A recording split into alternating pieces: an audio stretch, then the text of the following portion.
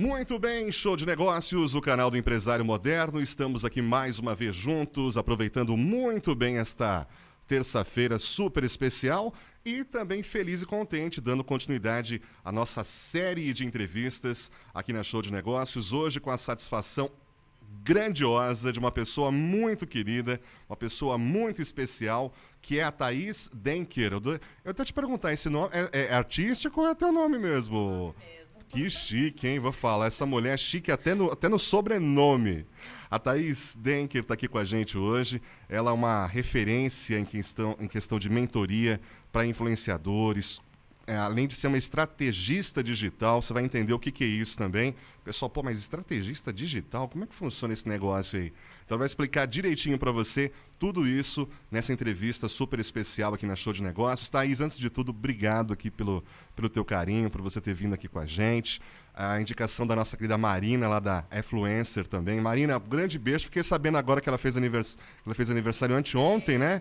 Marina, muitas felicidades, muitos anos de vida. Em nome do Hélio Ferreira aqui, da Thaís também, de toda a equipe da Show de Negócios. Você sempre carinhosa com a gente e sempre nos dando excelentes indicações como a Thaís aqui. Thaís, obrigado pela sua presença aqui hoje, querida. Eu agradeço, foi um prazer, ainda mais o convite, como foi, enfim, através da Marina, então estou muito contente também.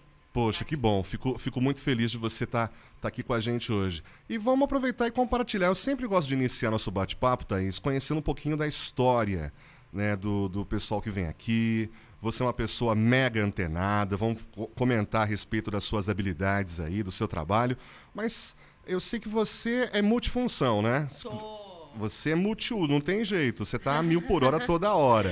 Olha, tem um... Eu não sabia que existia esse termo, mas existe um termo chamado multipotencial. E não é que é bom ou é ruim, é uma característica, tá? Então, certo. Sem fazer jus a se é se bom é ou não ou é, ruim né? isso. E aí eu descobri que eu sou uma pessoa multipotencial, que é uma pessoa que tem facilidade com muitas coisas, gosta de transitar por diversos assuntos, gosta de transitar por diversas frentes dentro de uma temática, no meu caso é marketing digital, enfim, né? Então eu sou essa pessoa. Então eu transito sobre produtividade, sobre organização, sobre processo, sobre marketing digital. E tem um TED muito bom de uma americana, que ela explica o que é o multipotencial, e foi aí que eu descobri a existência desse termo, que é Emily Winepeak, se eu não me engano. Ou Whitney. Multipotencial. Multipotencial, que são Legal. pessoas que não conseguem se encaixar num lugar só, são pessoas que, enfim, gostam mesmo de assuntos muito variados. Então eu sou essa pessoa assim. Mas geralmente as pessoas falam que quem tem esse perfil também tem um pouquinho, diz que você não sabe o que você quer da vida. É muito difícil. Você fala que é isso, mais mais aquilo. Por isso que eu falo que sem fazer jus se é bom ou ruim, porque tem seus diversos ônus. Sim. E a gente socialmente não está preparado, né? A sociedade exige, quer muito que a gente seja uma coisa só. Escolhe o que você vai ser. A sociedade, desde que a gente é criança, né? O que você vai ser quando crescer? Eu quero ser muitas coisas. Eu quero ter uma banda e quero ser advogada. Não posso, né? Por que eu não posso? Não, tem que estudar isso e só fazer isso. Exato. E viver o resto da vida em cima disso. Exato. Então tem sim essa dificuldade. Alguém que gosta de transitar por muitos assuntos, porque a gente tende a parecer perdido, principalmente socialmente falando. Isso é verdade. Mas eu acho que quando a gente começa a entender e ganhar consciência do que a gente é, fica muito mais fácil a gente se entender, se resolver e se organizar nas ideias. E você começou a sentir essa busca de várias coisas a partir de qual idade que você começou Desde sempre. Sério? Olha, minha mãe fala que ela era minha motorista particular e ela enlouquecia porque eu fazia ao mesmo tempo teatro, balé, jazz, Kumon, ginástica, tudo ao mesmo tempo. E agora? E assuntos muito variados, desde teatro até Kumon, e eu queria. Caramba. Então, mas aí não é que os seus pais te forçavam a isso, que tem alguns pais que querem que você faça tudo. Pelo contrário, meu irmão, ele é o oposto, assim, ele é super quietinho, ele faz uma coisa por vez. Era uma coisa minha, e a minha mãe falava, mas você vai dar conta de fazer tudo isso? Eu falava, vou, quero fazer. E saía fazendo. E pronto. Até hoje ela brinca comigo com isso. Ela fala, qual que é a moda da vez? Porque tem momento que eu, quero agora aprender a andar de skate, agora eu quero aprender a escalar, agora eu vou mergulhar. Até hoje, gente. Mas é engraçado, por que a sociedade impõe esse ritmo, né, essa coisa? Eu me lembro de pequeno também, aquela coisa, lógico, você é mega power, mais nova do que eu, mas eu lembro que na época era datilografia, uma coisa que nem existe mais, hein, gente? É uma máquina, tá? Que você põe a folhinha e você aperta lá e sai umas letrinhas. Na época eu queria fazer datilografia, inglês e natação. Minha mãe falou, não, você só pode fazer um por vez. A questão é por que eu posso somente um por vez? Pois é. Se eu gosto, se a mente... Né, hoje nós sabemos das multi-inteligências, né? Sim, mas sim. na época, não. Ou você faz um, termina. Depois você é. começa outro, termina. Pois Tudo é. de uma vez não pode. A sociedade tem muito isso, assim. Então, que bom que a minha mãe, no fim, deixava eu fazer. Eu ficava pedindo e ela deixava, ela permitia. Que e não bom. só permitia, como grande parte, assim, da minha infância. Ela não trabalhava, ela era dedicada, assim, a cuidar de mim, do meu irmão. Enfim, ela tinha uma vida que permitia, era permissiva nesse sentido. Por mais que a gente tivesse gente também ajudando a ela, né? A gente tinha uma pessoa que trabalhava com a gente, enfim. Mas era permissiva nesse sentido. Então, ela conseguia. Me leva pra um, pra outro. De manhã Pronto. tem um lugar. Ela ficava ali Tinha que dividir a família inteira. É. Mas tanto o seu pai quanto sua mãe sempre te apoiaram nesse Sempre, sentido. sempre. Não foi uma coisa que falou, filha, calma, filha, vem cá. Não. Sempre existiu uma preocupação, principalmente quando eu fui ficando mais velha, que daí eu falava, não sei, porque assim, eu entrei, gente, falei durante anos que eu queria fazer odontologia. Certo. Depois eu falei que eu queria fazer direito. Eu entrei no cursinho para prestar direito. Eu saí prestando... eu tô em dúvida entre publicidade e jornalismo. Nesse nível, Tudo gente. a ver. Tudo a ver. Odontologia com direito, com publicidade e com jornalismo. Tá tudo então, ali. eu sempre fui essa pessoa. Então, quando isso começou a amadurecer, começou a gerar uma preocupação do tipo, mas você tem que saber o que você quer. E você fala, com 17 anos você não sabe o que você quer. Claro, quero tudo, não quero nada. Quero tudo ao mesmo tempo agora, mas também não quero nada disso. Até hoje, crianças, bombeiro. Não, piloto. Não, piloto de Fórmula 1. Não, mas não era de avião? Mas por que, gente? Se a criança tem essa questão... Mas a grande questão também, Thaís, é isso. É de tentar desmistificar também essa questão para a sociedade. Tem pessoas que hoje estão mais velhas ou mais experientes que, de repente, não encontrou ainda o que quer. E tá tudo bem, gente. Isso. Tipo assim, vamos ver alguma coisa. Eu já vi senhores mesmo, pessoal um pouco mais experiente, com seus 80 anos. Agora sim estou fazendo aquilo que eu gosto. Exato. Agora sim eu faço aquilo que eu amo. Quer dizer, então não tem essa coisa de época, de período. Pois é. É quando você sentir de fato, né? E é tão curioso isso que, olha só, né? Minha mãe, por mais que ela, em vários momentos da minha vida, tenha apoiado o fato de eu ser essa pessoa que gostava de fazer muitas coisas, faz poucos anos que a minha mãe se encontrou na profissão dela. Ela resolveu ser personal organizer há pouco tempo. E minha mãe tem 57 anos. Super nova. Pois é, mas assim, né? Foi agora. Então, assim... Sempre é tempo. E eu fui uma das pessoas que mais apoiou ela. Porque acho que socialmente as pessoas também ficam, nossa, mas agora vai começar uma outra profissão, uma outra carreira. Agora. Porque agora que ela sentiu vontade. Você fala assim, e por que não? Exato. Né? Então, acho que a gente tem sim que desconstruir isso e ser mais permissivo, né? Até porque a gente muda. Que bom que a gente muda, inclusive. Graças a Deus. Mas aí, Thaís, com essa multicomplexidade de conhecimentos e experiências... Como que a Thaís, novinha lá fazendo balé, natação e um monte de coisa ao mesmo tempo, acabou se tornando uma pessoa conhecida no cenário digital e sendo referência para muitos influenciadores na questão de mentoria mesmo, Sim. que é uma coisa muito, muito recente, na verdade, né? Sim. Aí conta um pouquinho pra gente como é que foi esse período aí. Eu sei que você trabalhou em agência, você fez parte do mundo da moda durante muito tempo. Conta um pouquinho dessa sua experiência pra gente. A trajetória. Isso. A trajetória também é multipotencial, viu, gente? É verdade. Eu comecei no Estadão em 2003, eu estava na faculdade ainda, enfim, estava acho que no primeiro Então, semestre foi estágio na época ou não? Não, foi por acaso trabalho foi mesmo? trabalho mesmo. Que Como legal. eu já te conheci uma pessoa de lá, ele me contratou como efetiva, enfim. Eu nunca fiz estágio na vida, gente. Entendi. Por acaso, eu fui indicada pra vaga e já sempre... Não ia dar tempo também, né? Não dava. Se entrar hoje, você é amanhã. Eu falei, não, Isso. pera aí que eu não gostei disso aqui, não. E aí eu fui trabalhar lá, fiquei um ano no Estadão, depois fui pro UOL, já na área de publicidade digital. Também estava na faculdade ainda, porque isso foi em 2004.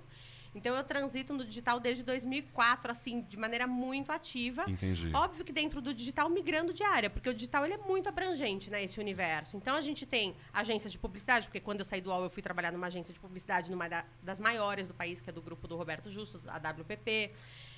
Fui ser coordenadora de mídia de Dell Computadores, enfim. E aí saí de lá, fui para um outro portal só de conteúdo vertical. Aí fui morar em Londres, aí voltei de Londres. Enfim, eu fui transitando e nessa trajetória eu passei por diversas empresas. Até que em 2012 eu fui trabalhar na Vogue, que inclusive foi onde eu conheci a Marina. Ah, sensacional, Marina. Eu fui trabalhar na Vogue, e aí fiquei 4 anos e meio na Vogue. E quando eu fui pra Vogue, era Vogue, Casa Vogue, GQ e Glamour. Eu cuidava da estrutura de comercial digital das 4 revistas. Elas não tinham, assim, uma estrutura ainda comercial, não tinha precificação, media kit, não se vendia, não se comercializava o digital. E me diz uma coisa, você que entrou bem nesse período, Thaís, como que foi? Porque o pessoal era bem tradicional mesmo, na questão da revista física, do palpável Sim. e tal. Tipo, por que o digital? Não teve um pouco de preconceito, um pouco de bloqueio? Ah, não, segura esse negócio aí, vamos investir nas bancas, vamos investir em outros canais. Não aconteceu isso? A verdade, Hélio, é que em 2012, quando a Vogue resolveu dar esse passo, investir no digital e ter uma área específica para isso, já estavam muito atrasados, né? Imagina que eu comecei a trabalhar no UOL em 2004, gente, já era banda larga, já era assim, tipo, as coisas estavam acontecendo. Na verdade, a internet começou a pegar forte foi em 97, 98, mais ou menos, né? Em 99, acho que teve a criação... 97 ou 99 teve a criação do BOL, que também era do UOL. Sim. Então, foi onde começou a bombar, assim. Então, 2012 já estava muito atrasado, sabe? A empresa que em 2012 ainda não tinha se digitalizado, ela tinha que correr realmente. Então, não teve esse preconceito porque tinha a necessidade de correr. Mas teve muita resistência. Preconceito não, mas resistência sim. Mas isso por parte do quê? Dos diretores? Da equipe, principalmente, que já trabalhava na revista, no meio revista, inclusive no grupo, né, da Vogue, Casa Vogue, de Rio Glamour, há muitos anos. E aí existia uma resistência em aprender o digital. Entendi. Tinha muita dificuldade com a linguagem. Então, realmente, foi um processo de catequização, que na época a minha diretora era a Luciana Esteves, que hoje mora na Suíça, enfim. Mas era só nós duas, a área era só nós duas. Entendi. No digital. E a gente teve que fazer um processo de catequização mesmo. Treinar essas pessoas, ensinar os termos. Então, a gente tinha que ensinar o que é CPM, o que é Page Views, o que é Unique Visitors. Meu Deus. Termos que pra gente era muito básico, mas as pessoas não estavam acostumadas. Então, teve resistência. Você teve que desmistificar o conceito do digital. Pra caramba. Gente do céu. Então, foi 2 desafios. Foi. Primeiro, de fazer o produto impulsionar nesse novo segmento e para a própria equipe mesmo, para o pessoal entender, conseguir conciliar as coisas. Eu acho que o mais difícil realmente foi com a equipe, assim, e não porque eram ruins, ou enfim, mas porque estavam no modelo de negócio há muito tempo de um jeito. Então, tinha gente ali que trabalhava na Casa Vogue, na Vogue, enfim, há 20 anos, 15 anos, falando de revista, e aí era muito difícil conseguir entender os conceitos do digital. Entendi. Tanto que nas reuniões, acho que nos meus 2 primeiros anos lá, as reuniões comerciais que envolviam digital, eu acompanhava eles, porque eles não conseguiam defender ainda. Se o cliente fizesse uma pergunta um pouquinho mais técnica, o que eram poucos clientes que sabiam também. Mas quando se falava em agência, às vezes a agência tinha um pouco mais de conhecimento. Então, quando acompanhava nessas revistas, nessas reuniões, era importante que eu estivesse lá justamente para conseguir responder algumas perguntas. E para você foi desafio também, porque era uma ferramenta nova. Como que você buscava referência? Como que você pesquisava? Não tinha. Hoje, graças a Deus, é mais fácil. Sim. Tem tutorial, tem YouTube mesmo para você pesquisar. Mas na época, como é que você conseguia entender, compreender e buscar informação? Como eu já trabalhava desde 2004 no meio, então, obviamente, eu tinha acesso a muita informação já. E eu, assim, bem ou mal, eu trabalhei num dos maiores portais de comunicação digital, né? Então, o UOL sempre foi o UOL. Foi o UOL. Entendi. Eu trabalhei até no IG depois também, enfim, mas o UOL... Já no começo do UOL ou não? Já estava um tempinho já? Eu entrei em 2004 e saí em 2008. 2008 ou 2009. Então, o UOL já tinha um tempinho. Acho que ele existia desde 90 e pouco. 95, 97, não sei. Mas já existia há um tempinho. E aí, então, eu já tinha ali uma escola, né? E o UOL sempre investiu muito em treinamento, até porque era isso. Tinha que treinar porque as pessoas não se conheciam. Novidade. Então, para mim, eu tinha muitos cursos, muita coisa. E eu tenho um termo que eu uso até no meu LinkedIn, que, olha, que presente que meu ex-marido me deu, viu? Olha. Ele que me definiu como uma early adopter. Ele falou, você é uma pessoa early adopter. Ele falou, você é uma pessoa que antes das coisas serem lançadas e tudo mais, você já está antenada, você já sabe, você já está executando, você já tem a rede social, você... Ele falou, então usa isso a seu favor, tal. E, de fato, eu sempre me posicionei como uma early adopter, uma pessoa que, né, termina se antecipando a alguns lançamentos. Então, isso acho que facilita também. Antes do termo chegar, antes da rede social chegar, eu já li em algum lugar que ela existe, já testei, porque eu sou uma pessoa muito nesse sentido, tipo, coloca em prática, testa logo e vê o que vai dar. Entendi. Então, eu acho que isso facilitou bastante. Eu nunca consegui me manter desatualizada, tipo... Mas, em linhas gerais, assim, sua referência, o que é? O que era ou se manter a mesma referência ainda? As fontes que você buscava, como que era? Você tinha lá o treinamento, mas o que a Thaís buscava? Mudam o tempo todo, né? E sempre mudou. Eu nunca fui fiel a uma única fonte de informação. Eu acho que isso é muito valioso porque a gente termina não ficando dentro de uma caixa. A gente entende diferentes pontos de vista. Eu consumia muitos sites e portais internacionais. Voltados principalmente para tecnologia. Quais, por exemplo? BBC eu sempre consumi como notícia, assim. ThinkGeek, que é um site bem de nerd, bem voltado para tecnologia, foi um que eu sempre consumi também. Deixa eu lembrar se tem mais algum assim de cabeça que eu lembro. Acho que esses são os que eu mais... Mas sempre, sabe, tipo, quando você vai no Google e busca o termo em inglês, buscando matérias sobre determinado conteúdo, e aí começa a aparecer lá, por exemplo, novas mídias sociais, sei lá. Aí eu começo a pesquisar, vejo lá um item interessante de um site de fora e simplesmente vou ler. Por isso que eu falo que eu não sou fiel a nenhum site, assim, a nenhum ponto específico para me informar. Porque eu sou a pessoa que vai buscar ali, vejo o que tem de interessante e falar, vou ler esse também. Que foi um pouco do que aconteceu quando lançaram o Snapchat, TikTok. Eu já tinha lido em portais, assim, muito antes, porque eu entro lá, vou dar uma pesquisada sobre novas tecnologias, novas ferramentas digitais, sobre novos... o Slack também, não sei se você conhece, uma ferramenta de gerenciamento de tarefas, de projetos, usado normalmente para equipe. Eu lembro que eu era louca para usar o Slack. Eu não tinha equipe, assim, que pudesse usar. Você falou, peraí, deixa eu pegar. O Slack, eu baixei o Slack, eu falava, eu quero usar o Slack. Me ajuda Hoje eu uso o Slack. Me ajuda aí. Hoje eu uso o Slack também na minha empresa. Então, são tipos de assuntos que eu vou pesquisar em fontes bem variadas mesmo, sem fidelidade nenhuma. Encontro a informação, mas rapidamente eu já baixo, já testo, já treino, já entro para ver como é que funciona. A experimentação é a todo momento, então. A todo momento. Entendi. Teve alguma referência, alguma fonte brasileira que você chegou a pesquisar também, não? Não. Foi as de fora mesmo. Até pela época também não tinha muita coisa, Até né? porque lança-se sempre primeiro fora, depois vem pra cá, né, no geral. Então, no geral, principalmente quando a novidade são fontes externas, assim. Entendi. Eu não conheço pessoa que tem mais aplicativos e ferramentas baixadas no celular do que eu não conheço. Assim. O que sonhar tem aí. O que sonhar tem aqui. Às vezes eu vou apagando alguns, falar, esse aqui eu não tô usando, eu faço uma limpa. Mas ainda assim eu tenho muitos, porque vira e mexe eu acesso pra testar alguma coisa. Entendi. Não conheço. Como você colocou, experimentação mesmo. Total. Mas independente de ser na tua área ou não, pode ser. Independente. Você gosta da questão do aplicativo, da questão da funcionalidade dele, se de fato funciona bem. Legal, poxa. Aí isso te dá uma visão geral, né, Thaís? Do todo, né? Dá repertório, né? Assim, acho que dá repertório, dá visão geral.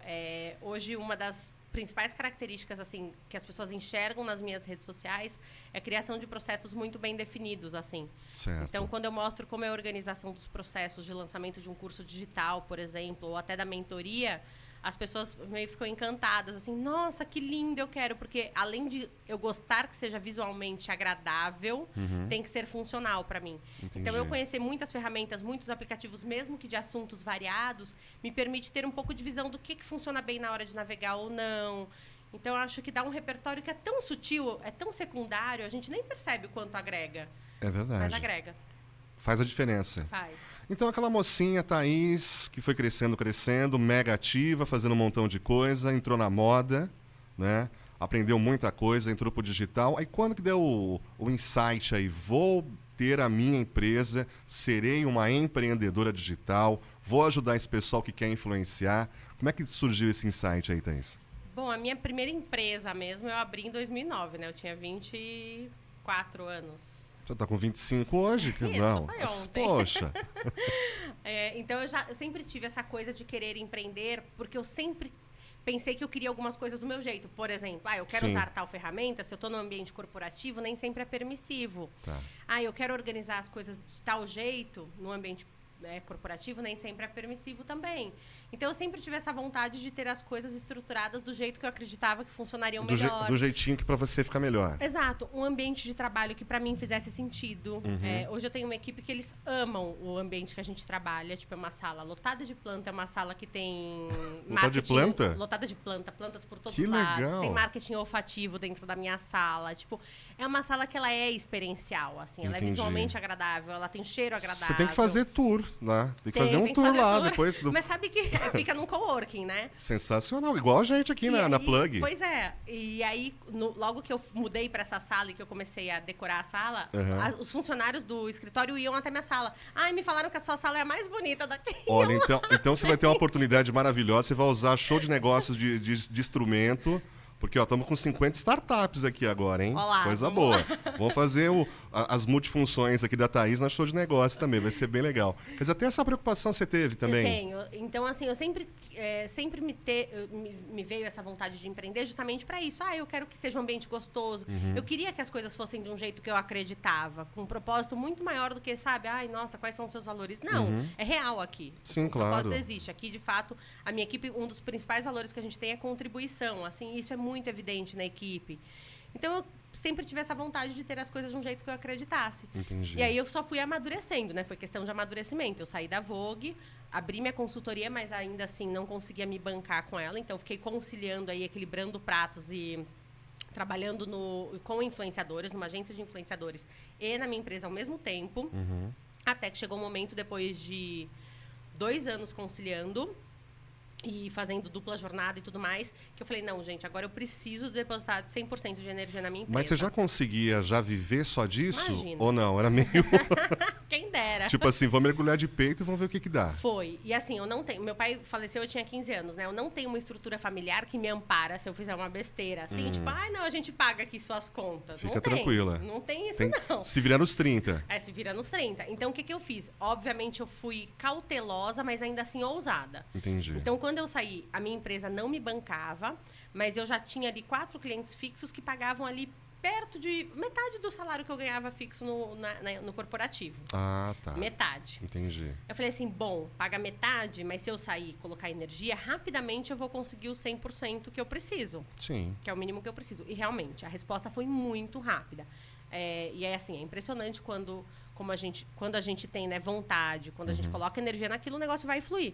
Porque é muito mais sobre realmente você concentrar tudo que você tem de disposição, de energia, de foco naquilo, vai fluir. Não tem segredo, não tem mágica, né? Então foi o que aconteceu, rapidamente. Mas teve um planejamento, Thaís? Tipo assim, você falou, cara, peraí, vou sentar, que nem o pessoal fez, fiz Canvas, fiz não sei o quê, e tal. Isso. Rolou? Rolou, fiz tudo isso. E você conseguiu efetivamente, na prática, executar cada etapa direitinho? Super. Para você ter uma ideia, no meu business plan, assim, tinha muito claro que eu daria consultoria, mas em até 2 anos eu queria trabalhar só com lançamento de produto digital e mentoria. Mentoria para pessoas que querem se posicionar através dos canais digitais. Era muito claro isso para mim. E eu executei à risca. Eu fui demitindo os clientes que pagavam FII porque não fazia mais sentido para mim. Era algo que estava no meu planejamento. Eu comprei o curso que eu queria comprar para dar esse passo. Eu segui à risca. Algumas coisas até se anteciparam, outras atrasaram, mas elas estavam dentro de um planejamento, sim. Então, eu tinha para mim que eu queria ter um investidor, um sócio investidor ou um investidor em algum momento. Em fevereiro desse ano, eu ganhei um investidor. A princípio, foi uma aceleradora que procurou a minha empresa. E aí eu também tenho, e na época tinha, né, um mentor de negócios, e consultei ele, falei, o que você acha? Uma aceleradora procurou, e a empresa dele tinha passado por isso em algum momento também. Ele falou, tá, legal, tal, só que a aceleradora, para mim, foi um pouco burocrático demais, tal, não sei se funciona, mas se você tiver paciência, é super legal. E no fim apareceu um outro investidor particular interessado também. Como eu já tinha esse briefing aí do meu mentor, eu optei por seguir com um investidor particular, privado, né? E aí ele começou a investir em fevereiro desse ano na minha empresa, fez alguns aportes para a empresa. E aí, em julho desse ano, ele tinha... Bem recente, 2 meses, gente, a gente está falando. Ele tinha a opção ou de converter como sócio da empresa o valor que ele tinha investido, ou ele tinha a opção da gente pagar o dinheiro de volta para ele, o valor investido. Ele optou por converter e comprou 8% da minha empresa. Olha, sensacional. Já está aí a 1000 por hora também. Pois é, Poxa, tá. Sensacional. Thaís, vamos falar um pouquinho a respeito, especificamente de 2 áreas que você é uma especialista e o pessoal sempre usa o seu nome como referência. A primeira questão é dos influenciadores. Pode parecer uma pergunta boba, né? Mas, na verdade, o que é o influenciador hoje? Porque o pessoal separa muito o influenciador digital do influenciador do dia a dia. Eu também não sei qual que é a diferença. Você que é uma especialista, tem diferença? Um complementa o outro?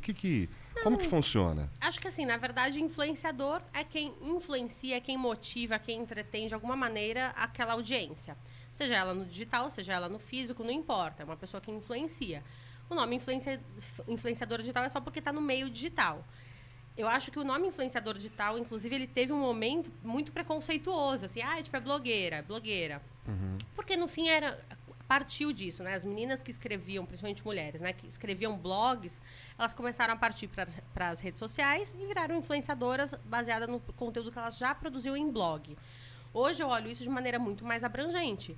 Você pode pegar alguém que é um mega empresário, por exemplo, e ele é um influente digital, sim, porque ele usa as redes sociais dele para promover conteúdo e, enfim.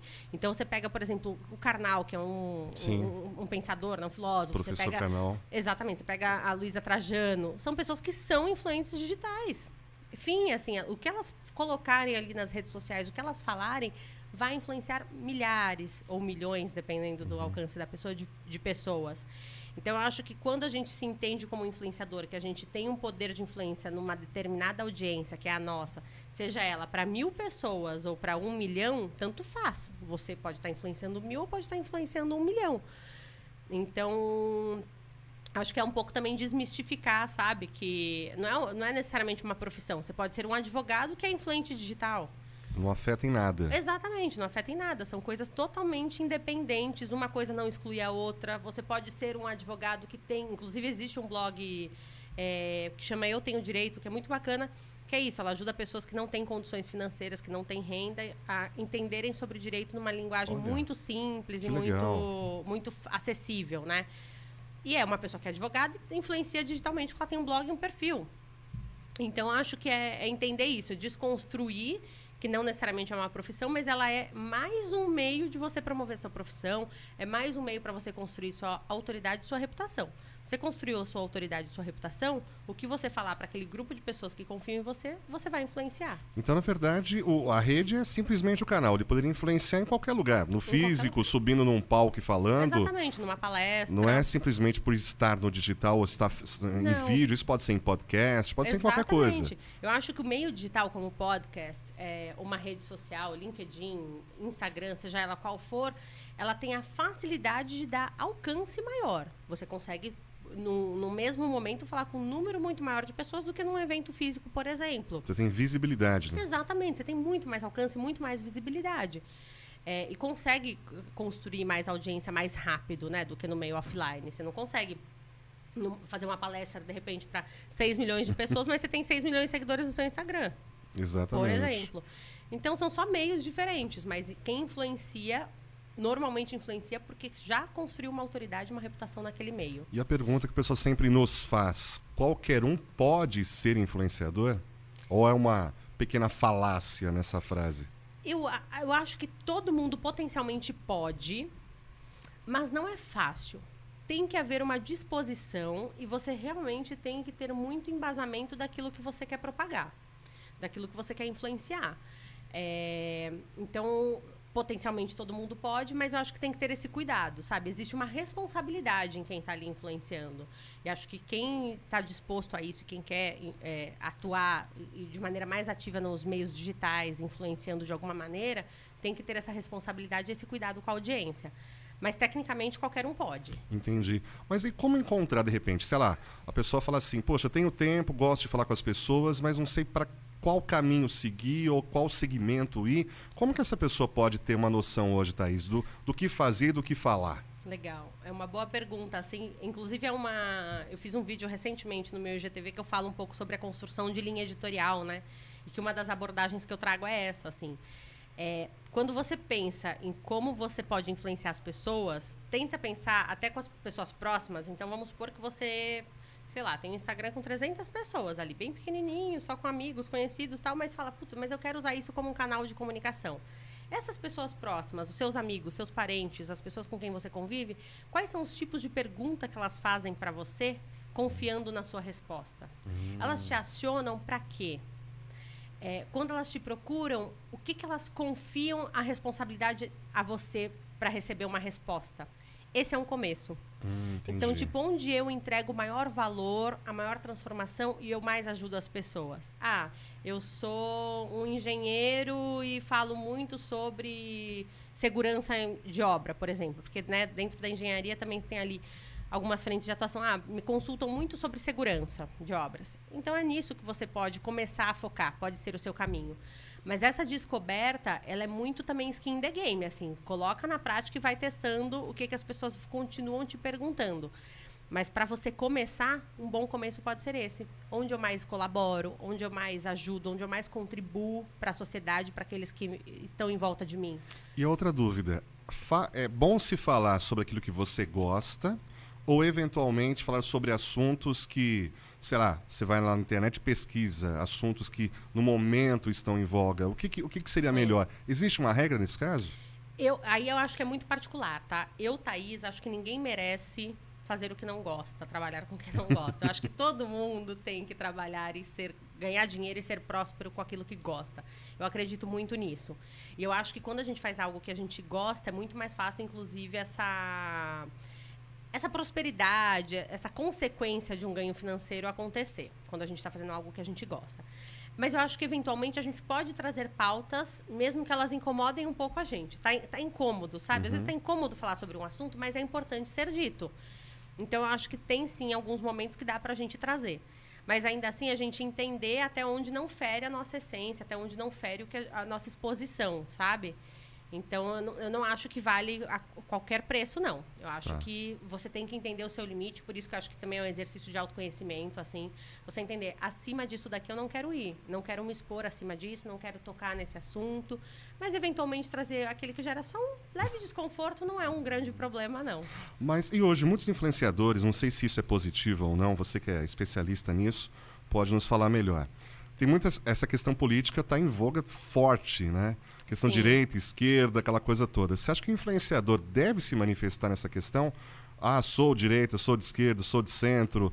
Enfim, nesse período, digamos, um tanto quanto conturbado que a gente está vivendo. Sim. Ou, de repente, é bom até para uma questão de imagem mesmo, você ficar um pouquinho mais no seu canto, falar sobre assuntos mais específicos. O que você pensa sobre isso? Acho que depende muito. E por isso a importância da construção de uma linha editorial, de você entender quais os pilares que você vai abordar nos seus canais digitais.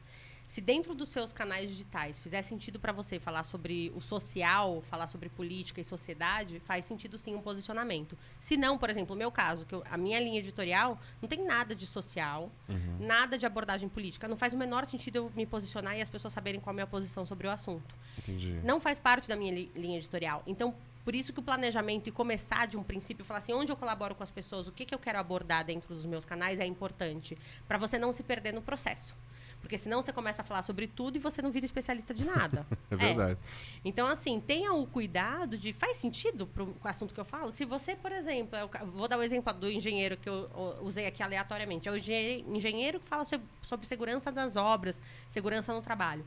Vamos supor que a linha editorial dele seja obras, contratação de fornecedores, segurança. Então, ele tem alguns tópicos, que obviamente que ele também não fica só num único assunto, né? Mas são alguns tópicos ali, normalmente, de 5 a 7 temas. A gente inclui numa linha editorial, tá? Ah, tá.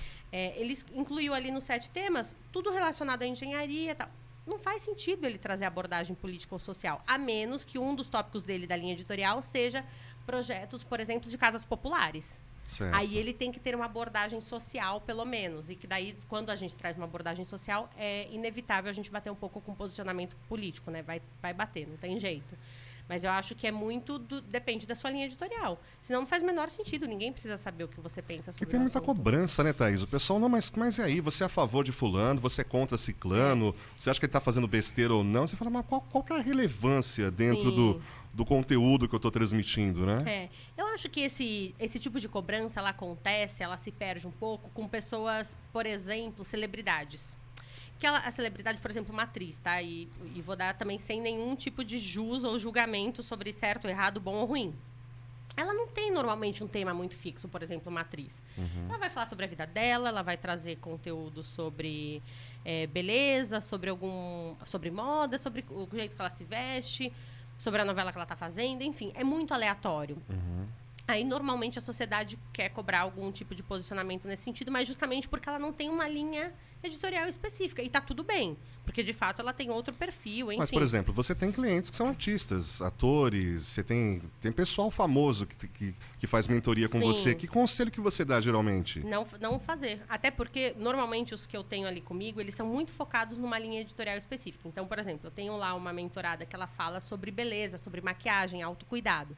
É disso que ela vai falar. Tá. Então, o que a gente inclui? A gente inclui algumas coisas de lifestyle, a gente inclui algumas coisas de de penteado, alguns assuntos dentro desse universo moda e beleza, e política não vai entrar nesse tema. Entendi. Aí eu tenho outra, por exemplo, que ela fala especificamente sobre liderança feminina no universo corporativo e tudo mais.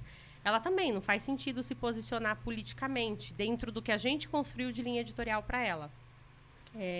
Então, hoje, assim, todos os que eu tenho, como eles estão muito bem direcionados no nicho que eles atuam, eles têm muita clareza do nicho que eles estão falando, eu não tenho esse tipo de problema. Eles simplesmente entendem que não faz parte da linha editorial.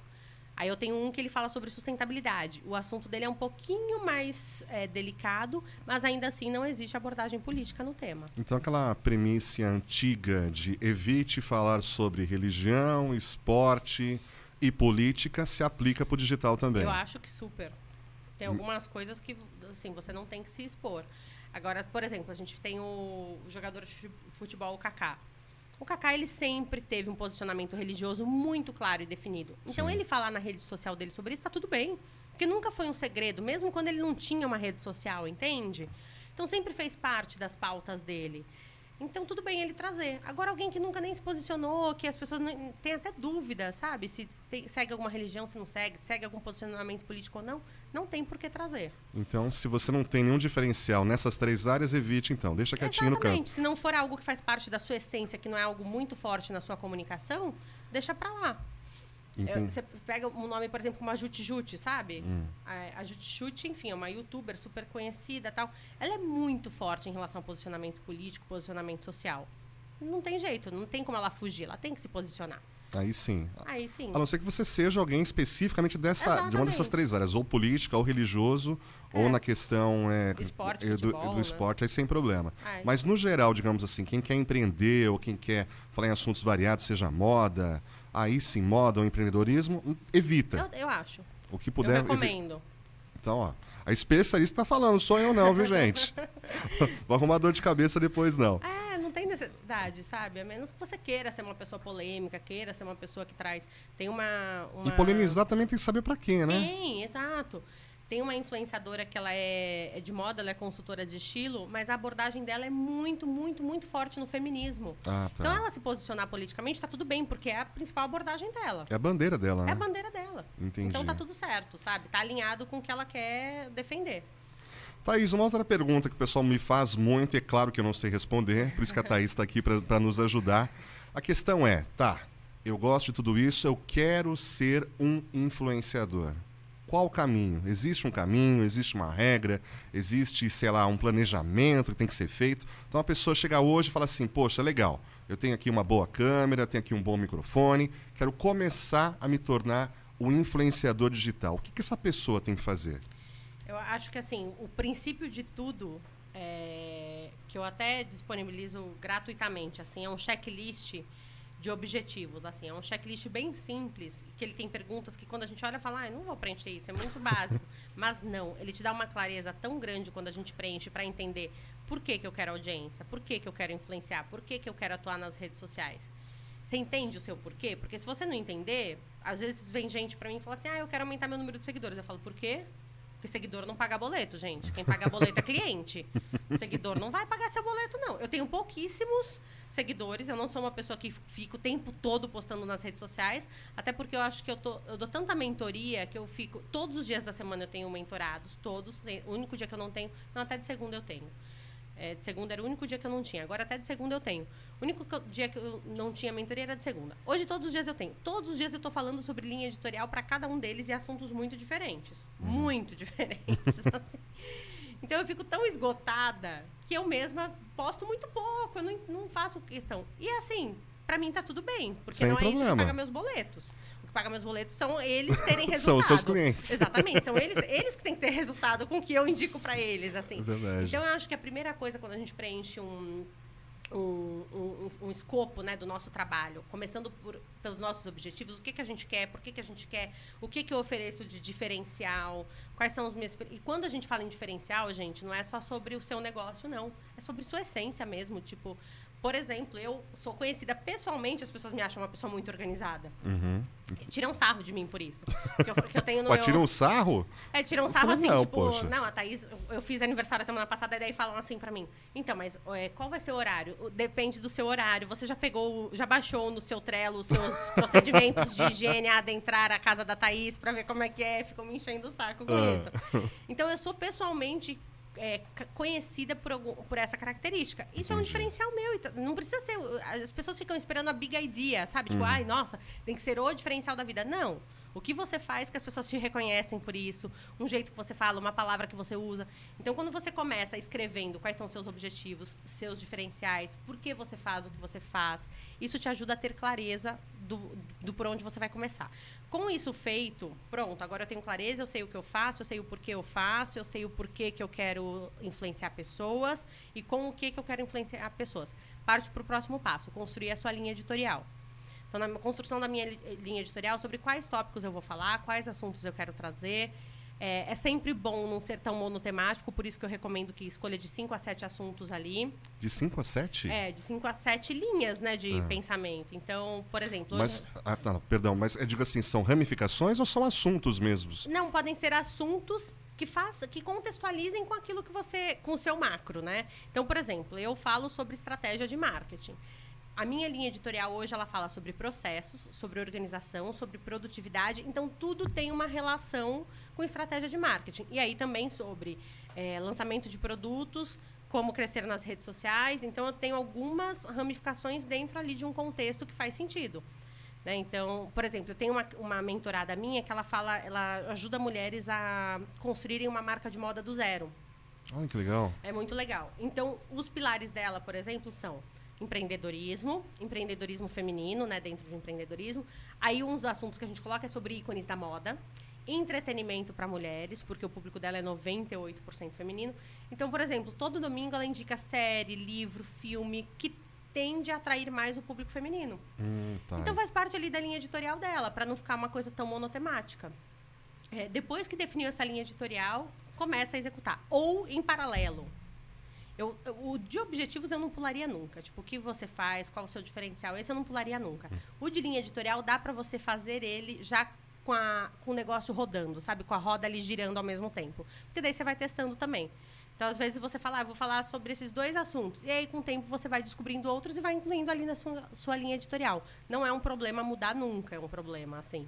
Então, acho que dá para fazer em paralelo. Agora, esses objetivos, entender o porquê você quer aquilo... Acho que é muito importante ter essa clareza. Entendi. E outra dúvida também, a pessoa pergunta, poxa, só redes sociais? Posso ter um blog? Posso ter um site? Devo ter? Não precisa? Depende muito do seu objetivo, né? Por exemplo, tem clientes meus que o LinkedIn é muito mais relevante do que qualquer outro canal digital. Blog é um canal muito importante desde que você tenha a consciência de que ele precisa ser alimentado. Então, assim, você consegue? Porque eu prefiro, então, e eu falo muito isso para os meus mentorados, eu prefiro que você tenha só um canal muito bem feito, para depois, quem sabe, a gente ir para outro também, do que você tente fazer 5, 6 canais, alimentar e não dar conta. Então, tenha um muito bem feito. Então, o blog ele é muito importante para quem tem conteúdos mais densos, né, para explorar.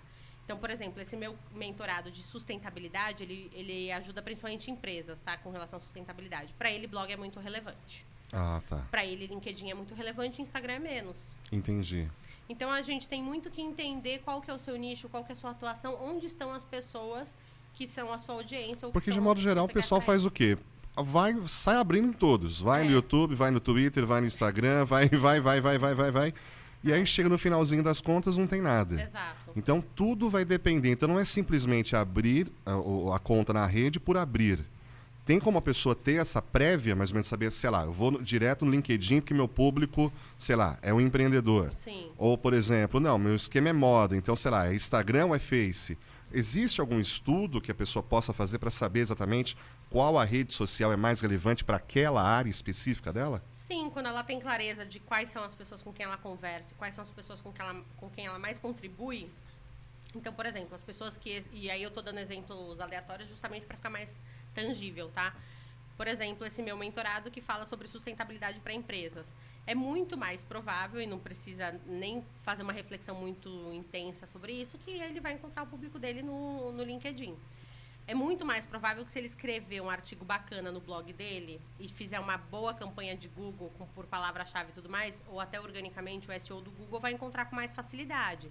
Então, assim, você pode até abrir o seu arrobinha lá, o seu nickname em todos os canais para você garantir eles ali em todos os canais. Mas escolhe um que faça mais sentido. E quando você pensa em qual faz mais sentido, quem são as pessoas com quem eu quero conversar? Se o seu produto, o seu nicho é algo mais visual, o Instagram é uma ótima rede. Se o seu nicho é algo mais corporativo, mais empresários, mais outros profissionais, o LinkedIn é um ótimo caminho. Se o seu conteúdo ele é denso, você não consegue ter um conteúdo muito rápido, não consegue trazer um tema de maneira muito prática em 5, 10, 15 minutos, talvez o seu caminho seja podcast, por exemplo. Então, é você entender a densidade ali do seu conteúdo e onde estão as pessoas com quem você precisa falar. Entendi, mas não existe uma pesquisa exata que fale, olha, teu perfil é esse, abre esta rede. É experimentação, como você falou. Eu vou dar um exemplo claro pra gente aqui, que até o pessoal se surpreendeu. Nós estamos nas principais, né? No YouTube, Twitter, Face, LinkedIn e tem um podcast também. Me surpreendeu a audiência no giroscópio do Twitter. Eu falei, caramba, mas como tem gente assistindo? Twitter é maravilhoso.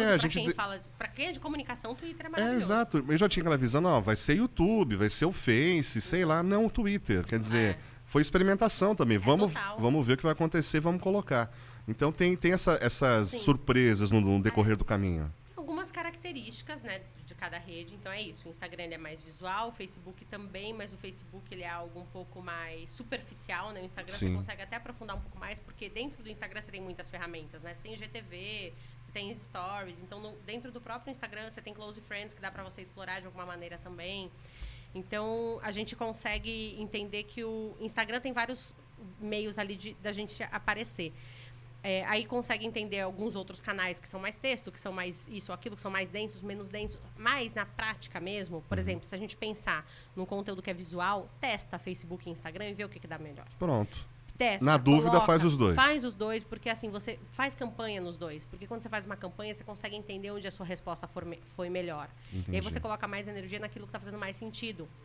Então, o Facebook, por exemplo, muita gente fala, não, tá caído, não sei o que. Não, o Facebook ele é maravilhoso para criação de comunidade.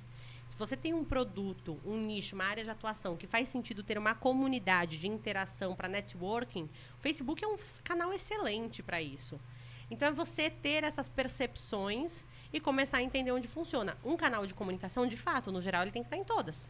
Com conteúdos diferentes, porque o que ele vai ali em 140 caracteres do Twitter, um canal no YouTube, ele exige um pouco mais. Um canal de YouTube, ele exige um pouco mais, inclusive, com relação à produção, né? Quem tá ali no YouTube, gente, a galera, no geral, faz muito bem feito, né? Tá disposta a fazer bem feito. Então, assim, você tem que entender que você tem que estar com uma boa imagem, com uma boa sonorização, tem que ser bacana. Às vezes, vinheta, né? Dependendo... O Instagram ele é mais permissivo nesse sentido. Você faz ali um IGTV sem vinheta, sem nada, vai funcionar bem também. E tá tudo certo. Tá no formato, não tem problema. Formato. Então, é entender muito assim, a sua audiência, o comportamento dela, o grau de exigência dela. Entender que, sim, talvez faça até sentido você estar em vários canais. Mas começa com um, faz ele muito bem feito e depois você começa a partir para outros também. Existe alguma rede social da modinha hoje que tá em evidência? O TikTok, né? O TikTok. Então, mas o TikTok não tá mais associado à brincadeira, por exemplo. Na área de empreendedorismo, sustentabilidade, como é que você vai adequar uma mensagem para o TikTok, por exemplo? Dá para fazer isso? Dá para fazer. Aliás, tem muita gente que está fazendo muito bem isso no TikTok agora. Eu tenho uma nutricionista que ela faz um conteúdo no TikTok que é muito bem feito, assim, que ela mostra de maneira muito dinâmica, muito empática. Por exemplo, alimentos que são vilões ou não vilões. E ela faz isso. Ela escreve ali no vídeo, por exemplo, o nome dos alimentos e ela vai apertando assim como se estivesse estourando os alimentos que não são vilões. Ah, entendi. Enfim, dá para você adaptar assim, numa linguagem mais criativa, uma linguagem mais jovial, mesmo que seu público não seja jovem. Então, mas, por exemplo, no caso dela é interessante. O jovem, digamos assim, teoricamente, não se preocupa tanto com a saúde. Ela está, na verdade, fazendo um investimento nisso. De repente, ela sabe que, de repente, aquele público está querendo mais brincadeira, zoação, aquela coisa toda. Mas ela já está tentando ali colocar o cantinho dela, o espacinho dela. Tá ganhando ali, garantindo o espaço dela. E além de garantir o espaço dela, ela pode garantir um espaço com esse público, né? Entendi. Que em algum momento vai começar a se preocupar mais com a saúde. Você está semeando ali. Porque hoje, assim, você pegar, por exemplo, a galerinha de 15, 16, 17 anos já começa a pensar mais em alimentação. É uma coisa que é mais fomentada hoje, né, para o público mais jovem. Então, ela tá ali, a hora que essa pessoa começar a se preocupar, ela já tá lá. Entendi. Dentro do canal com eles, entendeu? Poxa, é sensacional. Depois você passa pra gente aí, poxa. Eu passo, o perfil dela é muito legal. Achei muito legal também. Thaís, outra área também que você tem dominado muito, que inclusive não só eu, como vários empreendedores, né? O pessoal fala muito, cara, montei um produto, um infoproduto maravilhoso, sensacional, the best. Só que eu não consigo vender nada. Ele está encalhado lá no Hotmart, em outras plataformas. Como que dá? A questão primordial é o seguinte: dá para se viver vendendo infoprodutos no Brasil hoje? É o que eu vivo. Então dá, você é a prova viva. Eu sou a prova viva. Eu vivo disso hoje. Entendi. Por que será que algumas pessoas de repente batalham, tentam, criam um produto, faz um negócio lá, gastam horas, investem e muitas vezes não conseguem fazer com que esse produto efetivamente venda, né, ou consiga ter algum retorno financeiro? O que você acha que esse pessoal está fazendo de errado? Tem algumas possibilidades. A primeira delas é que talvez de fato o conteúdo não seja bom o suficiente. E aí você precisa aprimorar mais o produto, o conteúdo em si para vender. A segunda, e acho que assim, a primeira de todas, que no geral eu acho que as pessoas negligenciam, esquecem ou não sabem, quanto mais conteúdo você der de graça, mais você vai vender. Isso, assim, é tipo a verdade absoluta. Quanto mais conteúdo você entregar, você vai vender. As pessoas acham que, mas eu não vou falar, senão eu não vou indo do curso. É o contrário. Pega o seu curso, destrincha ele ali, seu infoproduto, destrincha ele e traz ele no seu conteúdo orgânico de maneira aleatória todos os dias, com muita consistência. Quanto mais consistência você tiver, mais você vai vender. Porque as pessoas, elas não compram conhecimento. Conhecimento, ela vai ali no Google, vai buscar, por exemplo, como perder peso em 2 semanas, ela vai encontrar uma série de conteúdos no Google. Elas compram passo a passo, elas compram clareza, elas compram método. Então, você entregando o seu conteúdo de maneira orgânica, ali, de mão beijada, tá tudo bem. Porque quando você vender, ela vai querer comprar o método. Mas eu quero desde o comecinho, por onde eu começo? É o que você me perguntou. Você falou, por onde eu começo a criar um conteúdo digital e tudo mais? Eu te dei a informação aqui. Eu posso fazer um outro post sobre linha editorial. Posso fazer um outro post só falando sobre quais redes sociais são melhores. Mas se eu abrir um curso e falar assim, olha, aqui eu vou te dar o passo a passo de por onde você começa até como você conclui, é isso que a pessoa quer comprar. Entendi. Então, acho que um dos maiores erros que as pessoas cometem é o medo de entregar conteúdo gratuito. Entendi. Mas por que você acha que existe esse bloqueio ainda por parte das pessoas? Estou dando de graça? Como assim? Porque é uma construção, né? A gente cresceu com algumas crenças do tipo, a gente não fala quanto a gente ganha, a gente não dá as coisas de graça porque a gente estudou muito para conseguir, sabe? Foram coisas que a gente foi alimentando socialmente, assim como a gente tem que escolher um só tema para nossa vida. São coisas que a sociedade vai construindo e depois é difícil mesmo desconstruir. Mas quando você está nesse meio, que você percebe que quanto mais conteúdo você gerar gratuitamente, quanto mais você contribuir, e quando eu falo isso, se você pensa em vender um infoproduto, 80% do seu tempo vai ser construindo conteúdo gratuito. Os outros 20% é focar no seu produto. Olha o segredo aí, gente, que você não sabia, tá vendo? Cara, a Thaís passando para você. Entre 70% e 80%, fácil, você foque na produção de conteúdo orgânico. O restante você coloca em energia para vender seu produto. Então, quer dizer, não é só, pensei no produto, montei, tá bonitinho, tá na plataforma, vou mandar o link para todo mundo e vou vender um monte. Não, o produto é uma das últimas coisas. Inclusive, eu sempre recomendo vender sem ter ele pronto mesmo. Vende ele sem ter ele pronto ainda. Até porque, às vezes, uma pessoa me procurou recentemente, hoje eu tenho um processo de aplicação para quem quer ser lançado pela minha empresa. Eu quero lançar um curso de tal, quero lançar com vocês. Tem um formulário de aplicação porque eu não tenho vaga hoje. Sim. Se quiser lançar com a gente, não tem vaga, então eu faço um formulário e a gente abre o processo seletivo. E eu recebo muita gente me procurando para a gente lançar a pessoa. Tal. E recentemente uma me procurou e falou, eu quero um curso tal, de decoração, de festa, eu já orcei com uma empresa de filme, não sei o que, custa 30 mil reais a produção. Eu falo, não faz o menor sentido você gastar 30 mil reais em produção no seu primeiro lançamento de um infoproduto. Por mais que você tenha audiência e tal, que nem é o caso dela, não é gigante a audiência dela, é uma boa audiência, mas não é o caso de ser gigante. Então não faz sentido, porque esses 30 mil investidos em mídia, a possibilidade de retornar é muito maior do que você, sabe, sair colocando dinheiro em produção.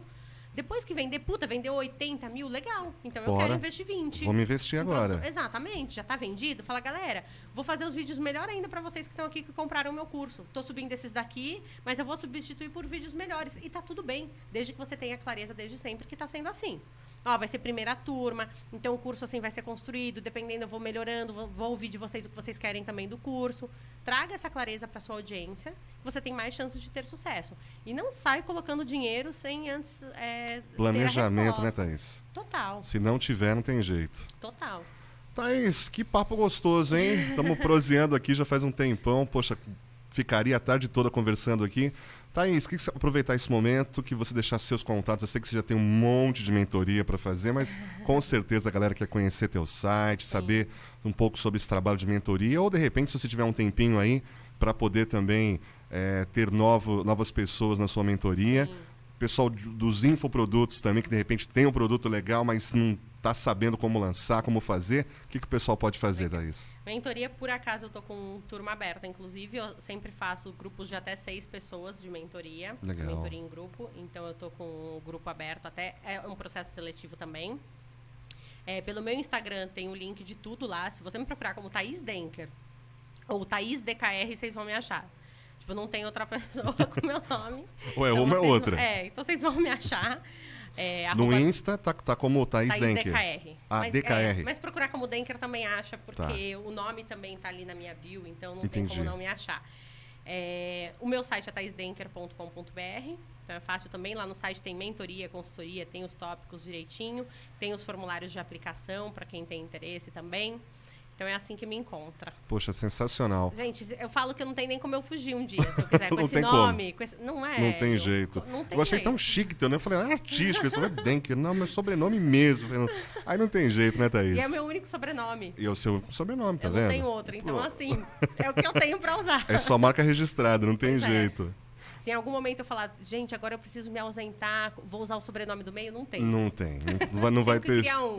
Vou fazer um artístico, Isso. não vai ter como. Pô, Thaís, obrigado, querida, pelo carinho mais uma vez. Obrigado a Marina também por ter mencionado sobre você. Fiquei muito feliz. Mais uma vez, Marina, parabéns. Você também, semana passada, fez aniversário. Eu e a Marina, a gente tem 3 dias de diferença. Happy birthday to you para vocês duas. Obrigada. Muitas felicidades, muitos anos de vida. E muitas alegrias e mais sucesso, né, para vocês. Obrigada. Fico muito feliz. E Deus quiser, em breve, a Thaís vai estar com a gente também na Show de Negócios, que seja a primeira de muitas, né, para você estar compartilhando conhecimento com a gente aqui. A gente vê o que a sua audiência pede. Fala para eles escolherem um tema específico de tudo que eu falei. Se é infoproduto, se é mentoria, se é construção. E a gente traz uma só falando de um único tema. A gente nicha, galera. Vamos nichar. Olha, gente, tá vendo que privilégio aí? Para vocês aproveitarem, viu? Pode escolher. Muito legal. Thaís, obrigado mais uma vez. Deixa uma mensagem final pra galera aí que tá afim de, né?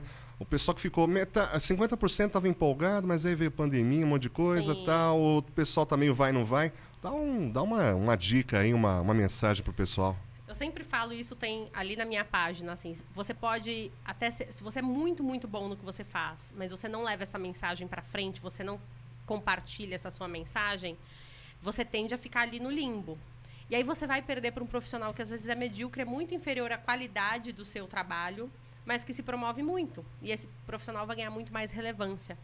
Então, exclua qualquer tipo de medo de julgamentos, do que as pessoas vão falar sobre você e tudo mais, e se promova. Acredite, sabe, no que você tem ali para contribuir para a humanidade.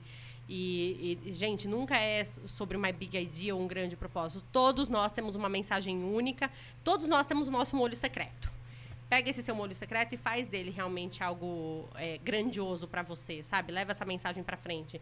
Então, no momento que a gente está vivendo agora, que o digital ele ganhou mais relevância ainda, surfa nessa onda, gente. Aproveita que vai passar, mas ainda não passou essa onda que a gente está surfando aqui de pandemia. Então, corre e aproveita para você ganhar relevância agora. Beleza.